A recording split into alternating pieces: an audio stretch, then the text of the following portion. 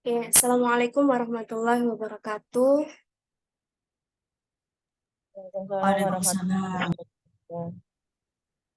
Kami dari kelompok 7 akan menganalisis studi kasus mengenai analisa kasus Diana pada pemahaman peserta didik dan pembelajarannya, pendidikan profesi guru bidang studi sekolah dasar, Fakultas Keguruan dan Ilmu Pendidikan, Universitas Nahdlatul Ulama Surabaya, yang disusun oleh kelompok 7, yakni saya Aulia Ningrum, Mas Faisal Purnomo, lalu ada Nina Fauziah, dan Nazraatul Ulum.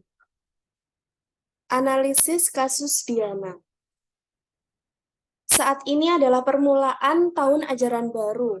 Anda adalah seorang wali kelas 4 SD yang memiliki anak didik usia 10 tahun bernama Diana. Wali kelas 3-nya mengeluhkan dinamika bersekolah Diana kepada Anda.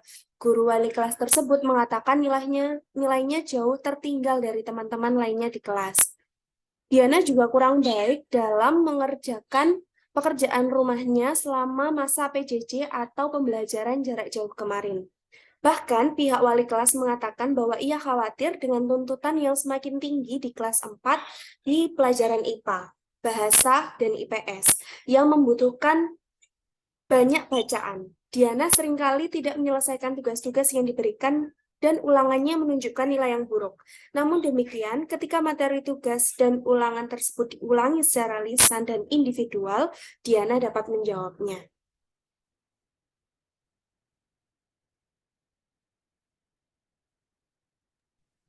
Oke, saya akan melanjutkan presentasi dari eh, Mbak Aulia. Di sini untuk memahami kasus Diana, ada pertanyaan yang kita perlu jawab sebagai seorang guru. Yang pertama, bagaimana cara melakukan asesmen terhadap keadaan Diana? Kemudian yang kedua itu jenis asesmen apakah yang akan kita berikan kepada siswa siswa tersebut. Jelaskan pertimbangan yang kita ambil untuk melakukan asesmen tersebut.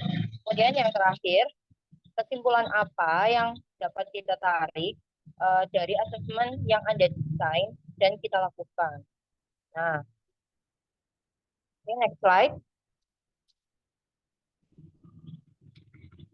Oke, di sini saya akan menjawab pertanyaan yang pertama, yaitu bagaimana cara melakukan asesmen terhadap keadaan Diana seperti kasus yang dipaparkan oleh Mbak Aulia. Nah, sebagai seorang guru, untuk menghadapi kasus Diana, saya akan melakukan tes awal atau asesmen awal yang dinamakan asesmen diagnosis. Nah, kenapa asesmen ini saya lakukan? Asesmen ini saya lakukan agar mengetahui secara langsung kemampuan dasar Diana itu seperti apa, kemudian gaya belajar Diana itu lebih kemana, kemudian mengetahui kekurangan Diana dalam pembelajaran. Nah, karena berdasarkan kasus menunjukkan bahwa sebenarnya Diana memiliki kemampuan, hanya saja Diana ini membutuhkan bimbingan guru secara rutin dan sabar karena Diana berdasarkan kasus sudah dapat menyelesaikan atau menjawab secara lisan maupun individual. Oke.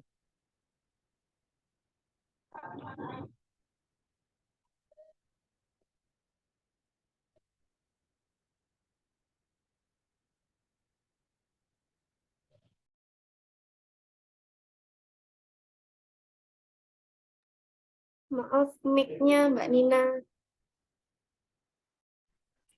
Baik, akan saya ulangi lagi. Apakah suara saya sudah terdengar, teman-teman? Oke. Sudah. Selanjutnya saya akan menjelaskan tentang jenis asesmen apakah yang akan diberikan kepada siswa, yaitu Diana tadi ya, serta pertimbangan yang kami gunakan. Yang pertama adalah self-assessment, dilakukan oleh peserta didik sendiri dan juga guru yang bersangkutan dengan kepentingan pengelolaan kegiatan belajar mengajar di kelas. Fungsi dari asesmen ini adalah agar guru dapat mengetahui tentang seberapa jauh pengaruh proses kegiatan belajar di kelas bagi pemahaman belajar Diana. Asesmen yang kedua adalah performance assessment. Performance assessment ini digunakan ketika guru melakukan suatu kinerja atau proyek, dilakukan agar peserta didik dapat melakukan demonstrasi bersamaan mengaplikasikan pengetahuan dari berbagai situasi yang dikehendaki. Dalam hal ini, kemampuan lisan Diana dapat digunakan dalam mempresentasikan suatu pengetahuan. Yang ketiga adalah asesmen formatif.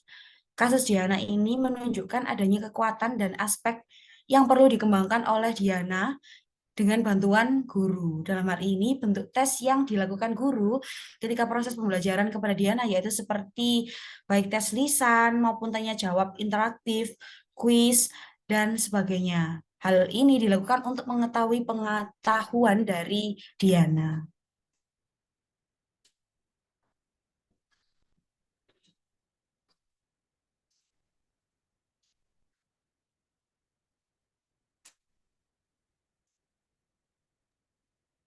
Dari paparan yang sudah disampaikan, maka dapat disimpulkan dari kasus Diana yaitu peserta didik memiliki karakteristik dan kemampuan yang berbeda-beda. Oleh karena itu, diperlukan adanya asesmen diagnostik terlebih dahulu agar guru dapat mengetahui kemampuan awal peserta didik, karakteristik, gaya belajar, kebutuhan, dan dapat menganalisis kondisi peserta didik, serta menyusun rencana pembelajaran dengan model, metode, dan media pembelajaran yang disesuaikan dengan tujuan dan kebutuhan peserta didik.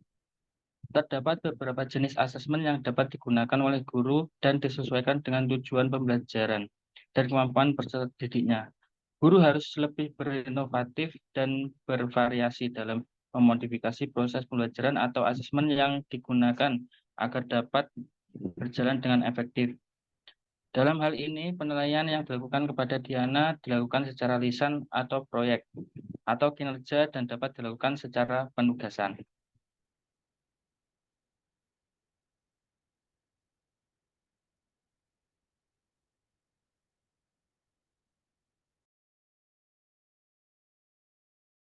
Baiklah, sekian presentasi dari kami. Mohon maaf apabila ada salah kata dan perbuatan.